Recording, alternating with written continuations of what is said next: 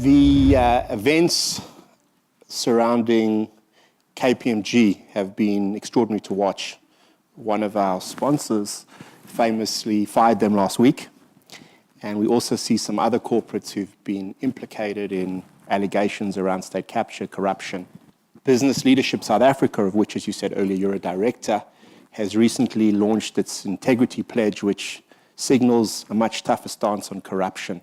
Business can obviously use the levers of hiring, firing, and promoting to tackle corruption within its own organization. But what about taking a broader approach, a more proactive approach? How far do businesses' responsibilities go in fighting corruption and defending institutional integrity? I've got a very strong view. I think business must be all good. It's interesting, you have these debates, always there's kind of an undertone, and often it's actually overt, where people say, oh, but business also, come on. Businesses are corrupt. Businesses should not be corrupt. It is just not correct. Business should be good. You don't have to cut corners to build a great business. There's no reason at all. So there's kind of underlying narrative that businesses somewhere have cut corners. You need to, I kind of grew up, my mother was who I love dearly, she taught me a lot of good values, but is inherently extreme left-wing. He thinks business is inherently bad. The perception of, well, you've done something wrong. The concept of business doing somehow cutting corners to succeed is not true. I think it's a bad, very bad mindset. And I think that to an extent, business reflects government. Often we talk about business versus government. Government is a homogeneous group of people who are voted into power. Business is not. Business is a heterogeneous group of companies that have succeeded by the rules of the game.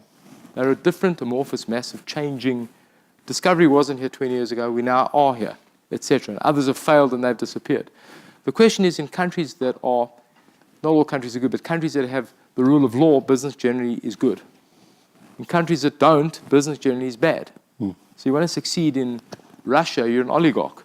If you look at the richest people in the world, it's an obnoxious list, but it is a very interesting thing. From countries like where there's a lot of corruption, the richest are oligarchs who've got their hands on a mine. When they come out of other countries that I think there is a rule of law, they're people like Steve Jobs that have changed the world for the good.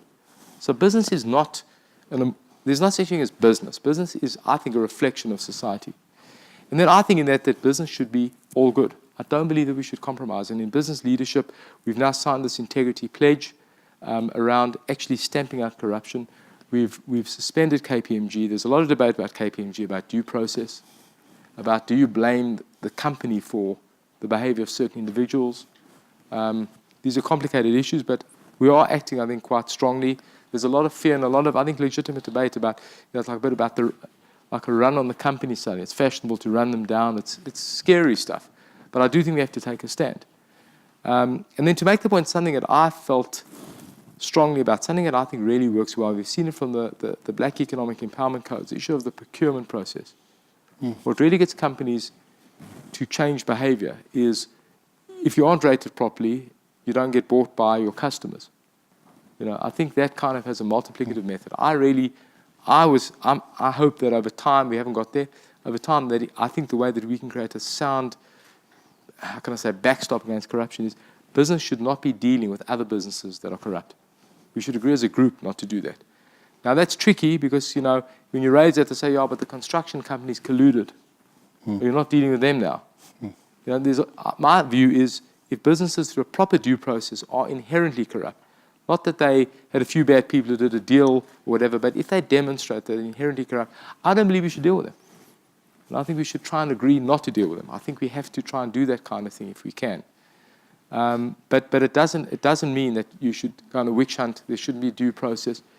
You shouldn't understand the business separate from a few individuals who did bad within the business. So these are complicated things, but I feel very strongly in an environment where we really are at war with corruption, wherever it is. Business should be a force for good.